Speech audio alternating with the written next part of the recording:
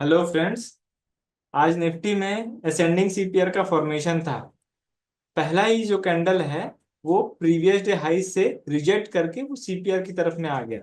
तो first 5 minute का जो टाइम फ्रेम है उसमें पहला कैंडल जो सीपीआर की तरफ में आया है, तो आप नीचे की तरफ जो पुट पुट का पोजीशन बनाते उसमें तो कोई एंट्री मिली नहीं, अगर 5 मिनट के टाइम फ्रेम को फॉलो करते हैं तब के केस में। लेकिन अगर आप 1 मिनट के टाइम फ्रेम में आएंगे तब आपको यहाँ पे एक एंट्री मिल जाएगी और उसी एंट्री का हमने फायदा उठाया। अब देखिए फर्स्ट कैंडल स्ट्रॉन्ग रेड बना था। ये स्ट्रॉन्ग रेड कैंडल बना था, वी वेब के नीचे 21 ईएमई की लाइन थी। तो जो स्ट्रॉन्ग रेड कैंडल बना और इनसाइड रेंज में घुस गया, तो हमारा टारगेट क्या हो जाता है एज पर सीपीआर रूल। सीपीआर इसका टारगेट होता है। तो फर्स्ट कैंडल पे हमको एंट्री कर देना है और टारगेट रखना है सीपीआर का। जैसे ही सीपीआर का लेवल अचीव होता है पुट से एग्जिट कर देना है। और जैसे ही पुट से एग्जिट करेंगे, यहाँ पे आप देखिए एक बुलिश कैंडल का फॉर्मेशन था। तो ये जो बुलिश कैंडल का फॉर्मेशन था ये बताया था कि ऊपर की तरफ में जाएगा। लेकिन हमेशा जब भी बुलिश कैंडल का फॉर्मेशन होता है उसके नेक्स्ट कैंडल का वेट जरूर करना चाहिए। तो 9:20 का कैंडल हैमर बनाया था जो कि पीवोट पॉइंट से सपोर्ट ले रहा था। अब ये पीवोट पॉइंट से जैसे ही ऊपर एक ग्रीन कैंडल का फॉर्मेशन हो गया जिसमें इस कैंडल का हाई ब्रेक हो गया, तब फिर मार्केट ऊपर की तरफ में चला जाएगा। यहाँ पे पिछले दिन का क्लोजिंग प्राइस भी था। तो हम ये वेट कर रहे थे कि पिछले दिन का क्लोजिंग प्राइस क्लोजिंग बेस पे ब्रेक हो जाए। तो यहाँ पे क्लोजिंग बेस पे ब्रेक हो गया। तो जैसे ही क्लोजिंग प्राइस के बाद में ये जो ग्रीन कैंडल बना है इसका हाई जैसे ही ब्रेक हुआ, अब इसके ऊपर जाने की टेंडेंसी हाई हो गई क्योंकि ये वीवैप 20 में को ब्रेक कर रहा है, साथ ही साथ असेंडिंग सीपीआर में सीपीआर से भी ऊपर है। तब इसका नेक्स्ट टारगेट हमको पता है कि प्रीवियस डे हाई होने वाला है। तो हम यहाँ पे कॉल साइड का पोजीशन बना के target pivot target previous day high को रख सकते हैं। अब प्रीवियस डे हाई पहुंचने के बाद में इसमें फिर से थोड़ा नीचे आया, लेकिन वी वेब के ऊपर 20 EMA की लाइन होने की वजह से यहाँ पे 21 EMA के आने के बाद में फिर से प्राइस बाउंस हो गया ऊपर की तरफ में। तो ये छोटा सा स्कैल्पिंग वापस मिला। और स्कैल्पिंग किस तरीके से करना है, जब 21 EMA पे आके ग्रीन कैंडल बन जाए ना तब ये कैंडल स्कैल्पिंग रहती है। तो इस कैंडल पे प्रॉफिट बुकिंग होती 9:44 पे। इसके बाद में थोड़ा जिगजैग करने लग गया। यहाँ पे जिगजैग कर रहा है मतलब समझ जाइए कि जब तक ब्रेक नहीं हो जाता अपर लेवल तब तक ऊपर की तरफ में जाना नहीं है। और इस कैंडल का जो ब्रेकिंग पॉइंट है वो डेज ओपन की लाइन थी। तो डेज ओपन की लाइन ब्रेक हुई थी यहाँ 10:25 का कैंडल। तो यहाँ पे फिक्स हो गया था कि अब ये ऊपर की तरफ में जाना है। तो ये R1 sorry previous day high के ऊपर में चल रहा था। तो प्रीवियस डे हाई के ऊपर में जब गया ये प्राइस और डेज ओपन को ब्रेक किया तो थोड़ा सा सेलिंग आया हल्का सा, और यहाँ से सपोर्ट लेके बाउंस गया ऊपर की तरफ में। क्योंकि क्या है ना 21 EMA के थोड़ा सा नजदीक रहता है ना तो ज्यादा बेटर है। थोड़ा सा ये दूर हो गया था हल्का सा। हालांकि इस जगह पे भी पोजीशन बनती थी और टारगेट आप R1 का ले सकते हैं। यहाँ से जो पोजीशन बनी बाइंग की वो डायरेक्टली आप R1 तक का ट्रेड बना सकते हैं। अब यहाँ पे आप देखिए R1 पे आने के बाद में जैसे आयरन कैंडल छुआ उसके बाद एक रेड कैंडल का फॉर्मेशन हो गया। तो यहाँ से बताया था कि अब प्राइस इसके ऊपर में थोड़ा सा रिस्की रहेगा जाना। अगर R1 का लेवल ब्रेक होता है फॉलो थ्रू कैंडल पे तब फिर हम ऊपर की तरफ में जा सकते हैं, बढ़ सकते हैं। तो ये R1 के ऊपर में गया नहीं प्राइस, उसके बाद फिर ये मार्केट साइडवेज हो गया। और साइडवेज मार्केट आप कैसे पता कर सकते हैं, आप इंस्टा ऑप्शन में जाइएगा, वाई स्टेटिस्टिक्स में जाइएगा, आपको ये अगर दोनों बार बड़े बड़े बार हैं ये एक दूसरे को एक लेवल में मिले, मतलब कॉल राइटर्स और पुट राइटर दोनों सेम हो जाए, तो हम समझ जाना है कि यहाँ से मार्केट साइडवेज हो जाएगा। तो ये पता था कि इस जगह पे साइडवेज हो जाएगा, तो यहाँ पे जो भी ट्रेड लेंगे वो सक्सेसफुल नहीं होने वाला। तो फर्स्ट हाफ में जो प्रॉफिट हो गया उसको लेकर के निकल सकते हैं। अब यहाँ पे आप देखिए ये जो जोन दिख रहा था ब्लू वाला जोन के ऊपर में था, तो ये जो नीचे की तरफ में आया इसी ब्लू जोन से बाउंस किया ऊपर की तरफ में और वी वेब से ग्रीन कैंडल बना है। हालांकि क्या है इस जगह पे ट्रेड करना थोड़ा सा रिस्की रहता है क्योंकि हो सकता है ये वापस प्राइस सीपीआर की तरफ में आ जाए। तो यहाँ पे ट्रेड लेना नहीं, जब तक टारगेट अचीव हो गया है ना, अब टारगेट के ऊपर में नहीं जाता तब तक ट्रेड बनाना सही नहीं रहता है। इसके बाद में तो पूरा साइडवेज मार्केट रहा है और साइडवेज मार्केट में क्लोजिंग इसका जो प्रीवियस डे का क्लोज था वहीं पे जाके क्लोज मार दिया। तो अब इसको हम ऑप्शन की प्राइसिंग पे देख लेते हैं। तो ऑप्शन की प्राइसिंग के लिए हम डेज ओपन जहाँ पे हो रही है 24,200, तो हम 24,200 यानी कि ये आ रहा है तो 24,100 को कॉल देख लेते हैं। और 24,200 है तो 24,300 का पुट देख लेते हैं। प्राइसिंग के लिहाज से ये बहुत अच्छा था। नैरो सीपीआर था कॉल पे, लेकिन प्राइस की ओपनिंग ना यहाँ सीपीआर से थोड़ा नीचे हो गई।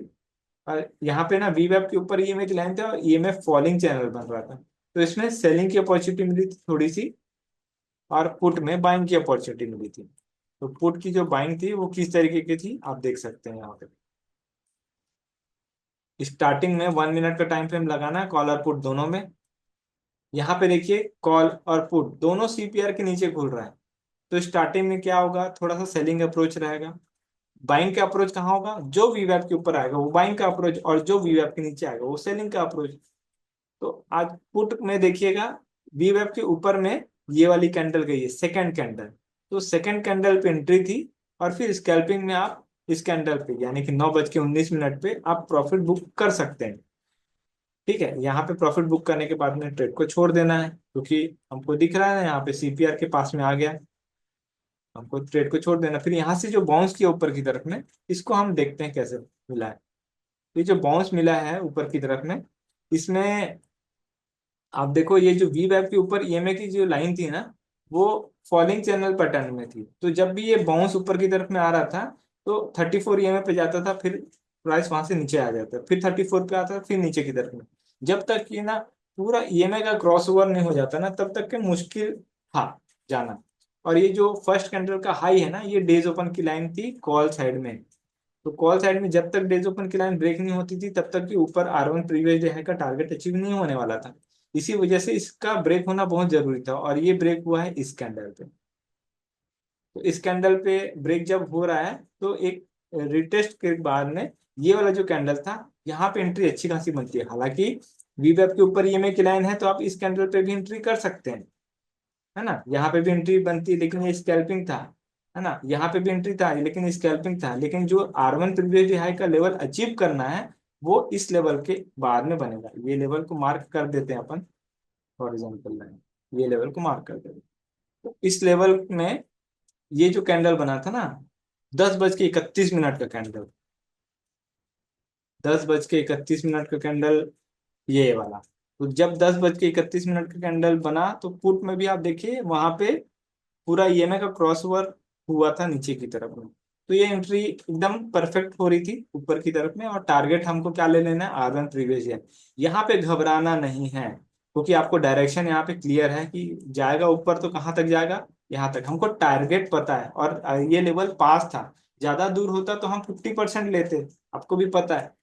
ये जो टारगेट है ये क्लियर करता है। यहाँ पे आने के बाद में देखिए फिर रेड कैंडल बना है, तो रेड कैंडल बन गया तो समझ जाइए यहाँ से अब ऊपर की तरफ तो जा नहीं पाएगा। तो यहाँ से ये सेलिंग प्रेशर नीचे की तरफ में आया है, और फिर से सीपीआर पे आने के बाद में बाउंस किया ऊपर की तरफ में।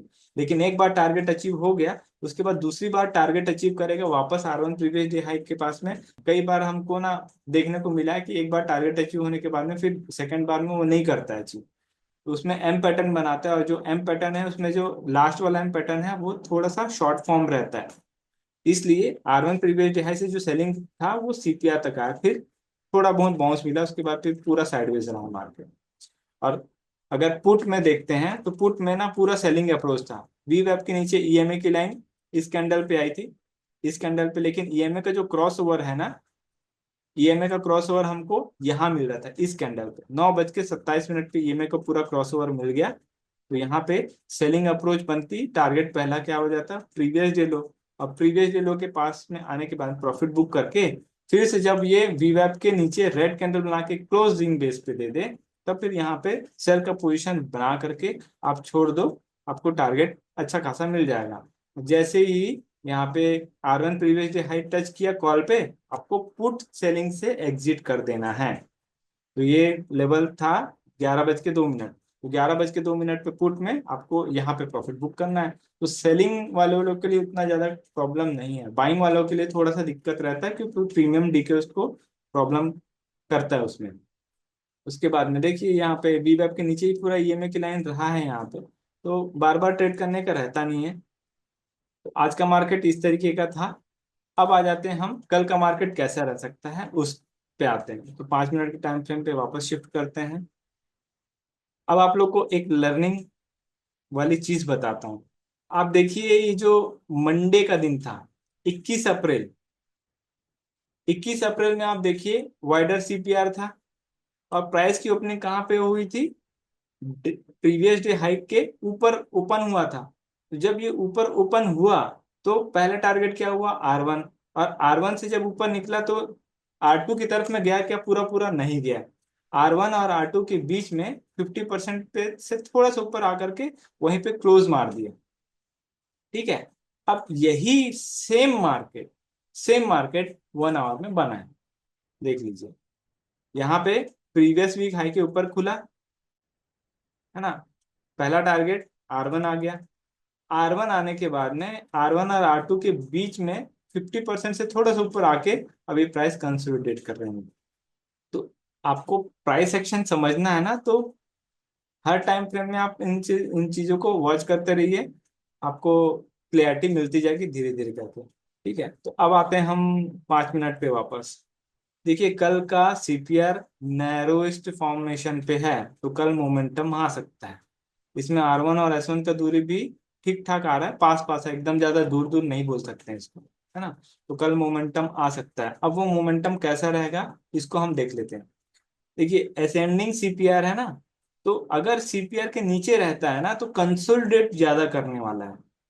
कंसोलिडेट करके ये जो आज का क्लोजिंग प्राइस है ना, क्लोजिंग प्राइस के नीचे गया तो S1 प्रीवियस डे लो का टारगेट मिलेगा। और अगर मार्केट S1 प्रीवियस डे लो पे ही खुलता है और ग्रीन कैंडल बनाता है तो पहले वो सीपीआर पे जाएगा, उसके बाद कोई डिसीजन मिलेगी इसमें, है ना। अगर प्राइस S1 प्रीवियस डे लो से ऊपर खुलता है ग्रीन कैंडल बना के, तो फिर वो सीपीआर की तरफ में जा सकता है, लेकिन सीपीआर के ऊपर में थोड़ा रेजिस्टेंस फेस करेगा वो। अगर प्राइस S1 प्रीवियस डे लो को तोड़ देता है नीचे की तरफ में, तो पहली बार में जब तोड़ेगा तो रेड कैंडल बना के नीचे आएगा। अगर तोड़ दिया नीचे की तरफ में तो इसमें ट्रेंड रिवर्सल होगा इंट्राडे बेसिस पे, और नेक्स्ट टारगेट इस S2 हो सकता है। और अगर S2 लेवल ब्रेक कर जाता है किसी कंडीशन पे, तो फिर स्कैल्पिंग मोड पे हमको S3 पे आना है। 1 घंटे के टाइम फ्रेम पे अपन वापस आते हैं। ये वाला लेवल मार्क्ड है मेरा, ये वाला लेवल मार्क है, फिर 21 ये में, फिर प्रीवियस वीक हाई, और ऊपर का भी लेवल R2 मार्क है मेरा।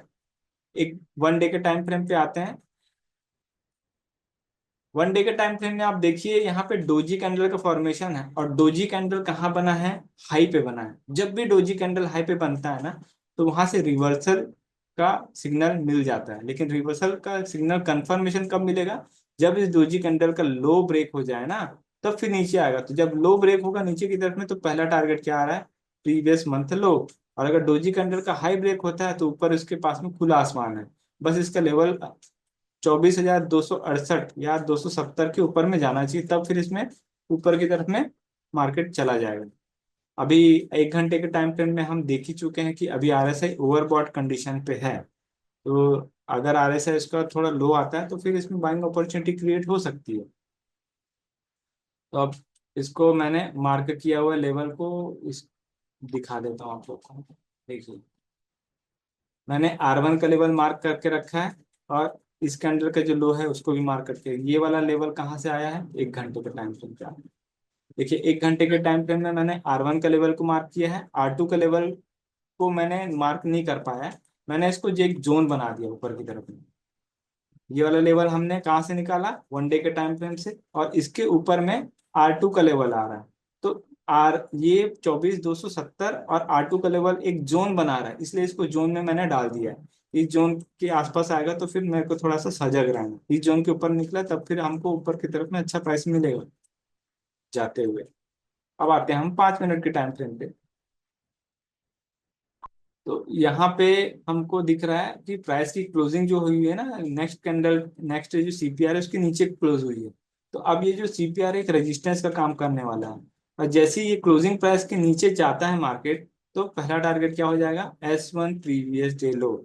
स्ट्रॉन्ग कैंडल बना के अगर S1 लेवल को ब्रेक कर जाता है, तब फिर ट्रेंड रिवर्सल में मार्केट अच्छा खासा नीचे आ जाएगा। S2 लेवल पे थोड़ा कॉशियस रहेगा, क्योंकि यहाँ पे 24,000 का लेवल आ रहा है, और ये जो 24,000 का लेवल है, इसमें हम देखेंगे कि फुट सेलर्स लोग एक्टिवेटेड है और बड़ी संख्या में फुट सेलर्स हैं। 24,000 एक सपोर्ट का काम कर सकता है कल के दिन में। तो अगर S1 का लेवल ब्रेक होता है तो हम S2 का लेवल देख सकते हैं नीचे की तरफ, और S2 लेवल ब्रेक होता है तो फिर स्कैल्पिंग मोड पे S3 का लेवल जा सकता है।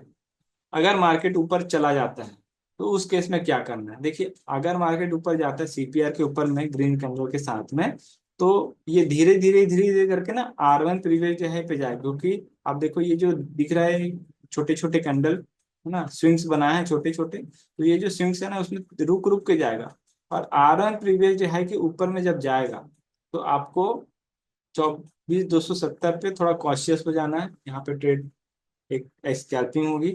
फिर उसके बाद जब 270 ब्रेक होगा तब फिर हम इस लेवल पे जाएंगे, और इसके ब्रेक होने के बाद R2 लेवल पे जाएगा। तो कल नैरो सीपीआर अगर R1 प्रीवियस जो है के ऊपर में निकल जाता है ना, तो हमको R2 का लेवल देखने को मिल सकता है। ठीक है, लेकिन ऊपर की तरफ में जो बनाएंगे ना थोड़ा सा, या तो स्प्रेड बना लीजिए, ज्यादा बेटर रहेगा, है ना। और R2 लेवल ब्रेक हो जाता है ऊपर की तरफ में तो फिर मार्केट में एक उछाल अच्छा खासा मिल सकता है, फिर ये रुकेगा नहीं मार्केट। ये है, इसको निफ्टी का ऑप्शन में भी एक बार चेक कर लेते हैं। 24,000 का कॉल देखते हैं। देखिए 24,000 का कॉल, आज नैरो सीपीआर में मोमेंटम नहीं आया तो इसका मोमेंटम शिफ्ट होगा कल के दिन में। असेंडिंग सीपीआर का फॉर्मेशन है, लेकिन अभी सीपीआर के नीचे क्लोज हुआ, तो सीपीआर के नीचे जब रहेगा ना तो थोड़ा कंसोलिडेशन होगा इसमें।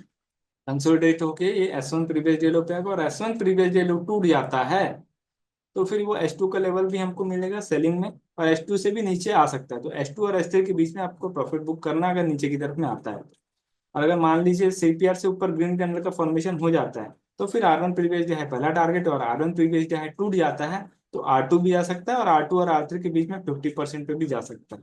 तो कल मार्केट ऊपर भी अच्छे खासे रेट से जा सकता है, नीचे भी अच्छे खासे रेट से जा सकता है, नैरो सीपीआर है, मोमेंटम आएगा। निफ्टी का पुट को भी अगर अपन देखते हैं तो निफ्टी का पुट 24,300 को देखते हैं। पुट में भी देखिए नैरो सीपीआर का फॉर्मेशन है तो इसमें भी मोमेंटम आ सकता है, लेकिन यहाँ पे डिसेंडिंग सीपीआर, तो सीपीआर के नीचे ना देखिए बहुत ज्यादा कंसोलिडेट हुआ है आज के दिन में, तो अगर सीपीआर से नीचे रहता तो कंसोलिडेशन ज्यादा होगा, और कंसोलिडेशन में हमको यहाँ से लेकर के यहाँ तक बहुत ज्यादा कंसोलिडेशन देखने को मिल रहा है। हाँ, अगर S1 प्रीवियस डे लो टूट जाता है नीचे की तरफ में तो S2 का लेवल हमको साफ साफ देखने को मिलेगा। लेकिन अगर सीपीआर का पिवोट पॉइंट ब्रेक होता है ऊपर की तरफ में ग्रीन कैंडल के साथ में, तो R1 प्रीवियस डे हाई अच्छे खासे रेट से ऊपर चल जाएगा, ऊपर की तरफ में इसको कोई ज्यादा दिक्कत नहीं है। और R1 प्रीवियस डे हाई को भी ब्रेक कर जाता है कैंडल, तब फिर वो R2 की तरफ में जा सकता है। तो ये पुट में भी अच्छा है, कॉल में भी अच्छा है, मोमेंटम आएगा। अगर आपको इसमें स्ट्रेडल बनाना है तो आप बना सकते हैं। स्ट्रेडल कैसा, लॉन्ग स्ट्रेडल, यानी कि 100 रुपए का कॉल पुट बाय करके छोड़ दिए, लंबा टारगेट ले लिया, ऐसा टाइप का। अभी एक्सपायरी में कितने दिन बाकी है, वो मंगलवार है तो 2 दिन बाकी है। अगर आपको करना ही है तो नेक्स्ट एक्सपायरी का कॉल पुट को बाय करके भी छोड़ सकते हैं, तो उसमें आपको बड़ा टारगेट मिल जाएगा। 23 तारीख है कल, तो कल कुछ डेटा भी आने वाला है पीएमआई वगैरह का, तो देखते हैं मोमेंटम शायद आ सकता है अच्छे खासे रेट से। नैरो सीपीआर है तो उसमें ट्रेड करना बनता है ऐसा। 1 घंटे के टाइम फ्रेम में अभी तक इतना ज्यादा कुछ खास मोमेंटम देखने को मिला नहीं है, तो मोमेंटम अभी पेंडिंग है फिलहाल।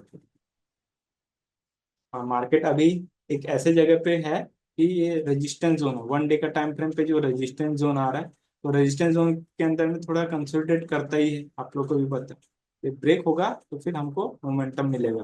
फ्रेंड्स, अगर आपको हमारा वीडियो कोर्स फ्री में चाहिए तो नीचे दिए हुए डिस्क्रिप्शन में जो हमारा डीमैट अकाउंट का लिंक है उससे आप अकाउंट ओपन कर सकते हैं और नीचे दिए हुए व्हाट्सएप नंबर पर शेयर कर सकते हैं। इससे आपको हमारा कोर्स फ्री में मिल जाएगा और आप हमारे व्हाट्सएप के लाइव ग्रुप में भी ऐड हो जाएंगे, ताकि आपका जो भी क्वेरी क्वेश्चन डाउट है उसे आप पूछ सकते हो और सही समय पे सॉल्व करा सकते हो। आपको हमारा वीडियो कंटेंट अच्छा लगा तो वीडियो को लाइक ज़रूर कीजिए और चैनल में नए हैं तो चैनल को सब्सक्राइब कर लीजिए। Thank you for advance learning, join our master class, link in the description below.